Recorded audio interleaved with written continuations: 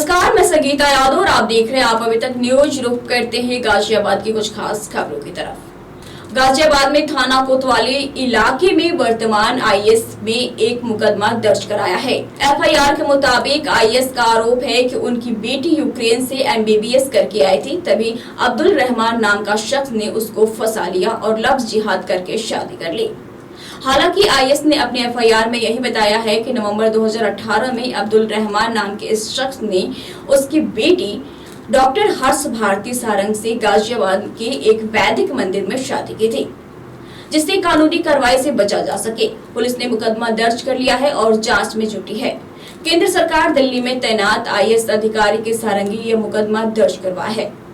आरोप लगाया गया है कि उसकी इकलौती बेटी से साजिश के तहत शादी की गई है और इस मकसद लव जिहाद के साथ ही आरोपी उनकी बेटी का धर्म परिवर्तन करवाना चाहते हैं। एफआईआर में 3 लोगों को आरोपी बनाया गया है। सर, क्या नाम है और क्या करते हैं? मेरा नाम आचार्य रामाशंकर है।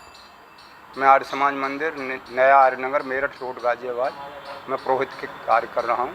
पुरोहित आचार्य जी, हमारा सवाल है कि जो शादियाँ कराई जाती हैं उसके क्या नियम हैं? शादियों के लिए लड़का लड़की दोनों बालिग होने चाहिए, जिनकी उम्र 21 वर्ष से ऊपर हो।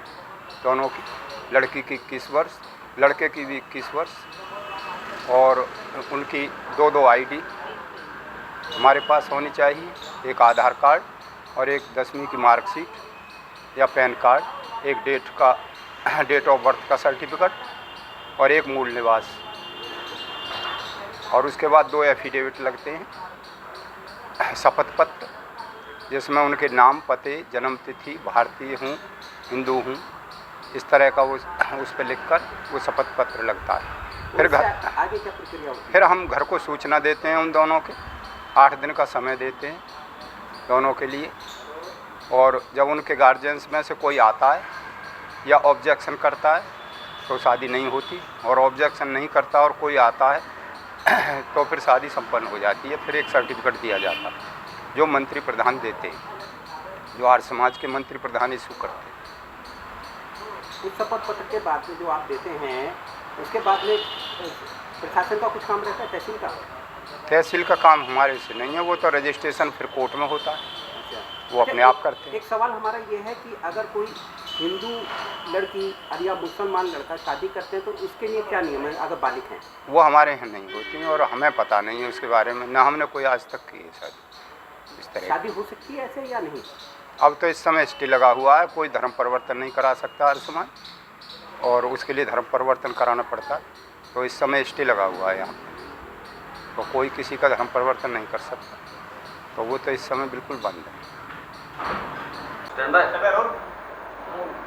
सर, गाजियाबाद में एक पिता ने आरोप लगाया है कि उनकी बेटी को फंसाकर लव जिहाद का मामला उन्होंने बताया है, जिसके तहत पुलिस ने एफआईआर भी रजिस्टर की है। क्या पूरा प्रकरण है, किन धाराओं में पुलिस ने एफआईआर रजिस्टर की है और किस तरह की जांच इस पूरे प्रकरण में की जा रही है? जनपद गाजियाबाद में थाना कोतवाली अंतर्गत एक एफआईआर दर्ज हुआ है। 420 का एक मुकदमा लिखा है। लड़की की पिता ने एप्लीकेशन दिया है, हमारा लड़की का उनका हस्बैंड द्वारा चीटिंग करके शादी करा, इस तरह का लिखा है एफआईआर। अभी उन लोगों ने 2018 में शादी कर लिया दोनों लोगों ने। अभी भी दोनों पति पत्नी एक साथ रह रहा है और उनका पापा का कहना है इन लोगों ने हमको धोखाधड़ी से मेरा बेटी से शादी हुआ। और फिर भी पुलिस ने उनका पापा का शिकायत के अनुसार एफआईआर दर्ज करा दिया हमने। बाकी चीज़ इन्वेस्टिगेशन कर रहे हैं हम लोग, जो इन्वेस्टिगेशन में जो एविडेंस सत्य पाएगा उसका अनुसार हम कार्रवाई करेंगे। शुरुआती जांच में सर क्या कुछ लग रहा है, क्योंकि हस्बैंड और वाइफ दोनों साथ रह रहे हैं, नोएडा के अंदर, और पिता ने जो एप्लीकेशन दी है वो लव जिहाद के तहत। इस पर हम इन्वेस्टिगेशन का पार्ट है, जो लड़की से हम 164 करेंगे, जो लड़की जो उनका अपना सर्टिफिकेट्स वगैरह प्रूव करेंगे, उनका पारिवारिक समस्या बनेगा। वो 2-3 साल से एक साथ रह रहे हैं लोग, 2018 से एक साथ रह रहे हैं। जो भी बात सामने आएगा सत्य के आधार पर इन्वेस्टिगेशन करेंगे, आगे कार्य करेंगे। ईद की रात गाजियाबाद में माहौल बिगाड़ने की कोशिश की गई। गाजियाबाद के थाना मधुबन बापू धाम से सेक्टर 23 इलाके में रहने वाले बबलू का आरोप है कि शराब के नशे में विशेष समुदाय के कुछ लोगों ने अल्लाह अकबर के नारे लगाए और उसके घर पर पथराव किया। इलाके में फैले ईंट के टुकड़े इस बात की गवाही दे रहे हैं कि इस बात से रात में ही हिंदू संगठन के लोग इकट्ठे हो गए और उन्होंने कड़ी कार्रवाई की बात की। फिलहाल मौके पर भारी संख्या में पुलिस और पीएससी बल तैनात कर दिए गए हैं। पुलिस ने बबलू की तहरीर पर एफआईआर दर्ज कर ली है। एफआईआर में विशेष समुदाय के 3 लोगों के साथ एक हिंदू युवक भी नामजद है। पीड़ित बबलू के मुताबिक वो गाजियाबाद के थाना मधुबन बापू धाम के सेक्टर 23 इलाके में रहता है। ईद की रात कुछ लोग शराब पिए हुए थे और हंगामा कर रहे थे। जब उसने रोकने की कोशिश की तो बबलू का आरोप है कि उसके साथ मारपीट की गई और जब मोहल्ला के लोगों ने उसे बचाने आए तो उन लोगों ने पथराव करना शुरू कर दिया। दो पक्षों में लड़ाई की सूचना पर भारी संख्या में देर रात पुलिस पहुंच गई। इस मामले में जानकारी जब हिंदू संगठन के लोगों को हुई तो वो भी मौके पे पहुंच गए। उन्होंने कड़ी कार्रवाई की बात की है। पुलिस ने बबलू के तहरीर पर बलवा और जान से मारने की नीयत की धाराओं में मुकदमा दर्ज कर लिया है। अगर जो भाई प्रशासन कार्रवाई नहीं करेगा, देखो सुनो, सब सुन लो, मैं कोई बात नहीं, रिकॉर्डिंग करो। अगर कार्रवाई नहीं होगी सख्त से सख्त, पहली बात तो योगी सरकार है, निश्चित कार्रवाई होगी। सीधे कल जा भी रहे, कल हम लोग जा रहे हैं, वहीं जा रहे हैं। कल वो उत्तराखंड में वो है ना, उसी में जा रहे हैं हम लोग। और कार्रवाई होगी, सब अपने ही है, ये भी अपने, ये भी कोई अलग नहीं है। लेकिन कार्रवाई कहीं आपको ढील लगे, 2 दिन वहाँ उत्तराखंड में होगा खाली। उसके बाद पहला व्यक्ति मैं हूँगा, मस्जिद में जाके मौलाना को मैं मारूंगा, गारंटी मैं मारूंगा। जी क्या नाम है आपका, कल क्या घटना घटी थी? मेरा नाम सर देवराज है। मैं सर ड्यूटी करके अपने घर पे आया था। कितने बजे की घटना? ये लगभग 9:30 बजे की घटना है। और मैं घर आके अपना बाइक खड़ी करी इतने में यहाँ कुछ लड़के आके हंगामा कर रहे थे, दारू पी के मुमडन, और अल्लाह अकबर के नारे लगा रहे थे। लगाने के बाद में मेरा बड़ा भाई टहलने के लिए आया। उनकी पता पहले ही कोई विवाद चल रहा था और लड़कों से, वो एकदम मारपीट के भी गए थे। उनका पता क्या विवाद था, वो वही बताएंगे क्या विवाद था। लेकिन बड़ा भाई घूमने के लिए आया, इतने में उन्होंने पकड़ लिया आके। उसके गांव से लड़के आए थे, उन्होंने पकड़ लिया, उन्होंने मार लगाई, पथराव करना शुरू कर दिया। तो मौके पर हमें बचाना पड़ा उसे। उसके बाद हम पथराव करके वहाँ से भाग गए थे सारे जने।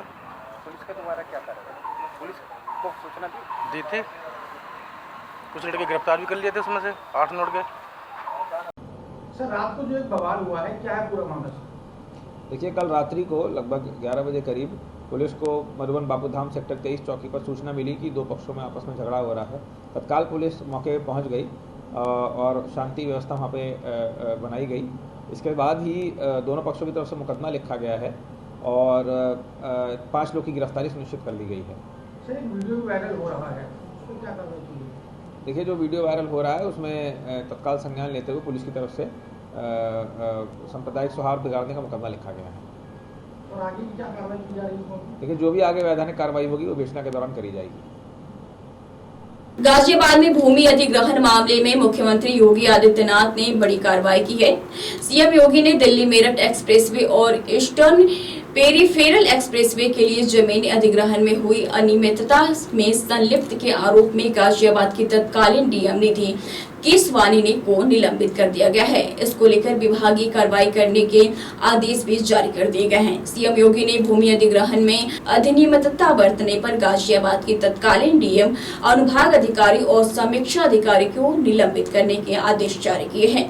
गाजियाबाद की तत्कालीन डीएम अभी दिल्ली में केंद्रीय प्रतिनियुक्ति पद पर तैनात है। इसके अलावा दोषियों पर कार्रवाई करने के भी आदेश दिए गए हैं। इन अधिकारियों के अलावा अनुसचिव नियुक्त विभाग के खिलाफ भी विभागीय कार्रवाई की जाएगी।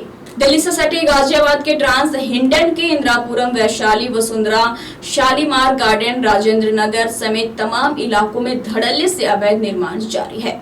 तमाम शिकायतों के बावजूद बिल्डरों द्वारा बनाई जा रही अवैध इमारतों पर लगाम नहीं लग पा रहा है। राजेंद्र नगर सेक्टर 3 में अधिकारियों की लापरवाही का एक बड़ा मामला सामने आया है, जहां RWA ने GDA के तमाम अधिकारियों से लेकर प्रधानमंत्री तक से मामले की शिकायत कर दी है। इसके बावजूद भी 5 मंजिला अवैध इमारत का निर्माण जारी है। अब स्थानीय लोग सीएम से मिलकर बुलडोजर चलाने की गुहार लगाएंगे।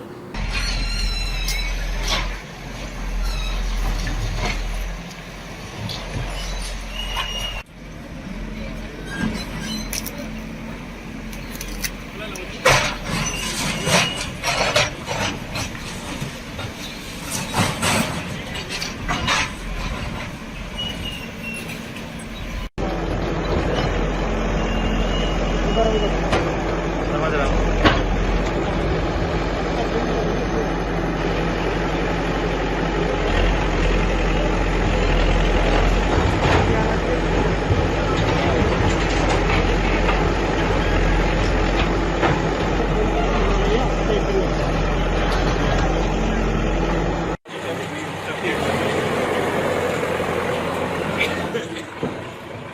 देश में कोरोना के मामले बढ़ रहे हैं, ऐसे में एक बार फिर पाबंदियां बढ़ रही हैं। दिल्ली से सटे उत्तर प्रदेश के गौतम बुद्ध नगर और गाजियाबाद में कोरोना के मामले लगातार बढ़ रहे हैं, जिन्हें प्रशासन ने काफी गंभीरता से लिया है। कोरोना के मामलों में इजाफा और आगामी त्योहार सीजन को देखते हुए प्रशासन की ओर से पाबंदियों को बढ़ाया जा रहा है। इसके मद्देनजर गौतम बुद्ध नगर और गाजियाबाद में धारा 144 लागू कर दी गई है। साथ ही गौतम बुद्ध नगर कमिश्नरेट के मुताबिक सार्वजनिक स्थानों पर मास्क पहनना अनिवार्य कर दिया गया है। फिलहाल गाजियाबाद की खबरों में इतना ही। जल्दी हाजिर होंगे कुछ और बड़ी खबरों के साथ। तब तक आप देखते रहिए आप अभी तक न्यूज।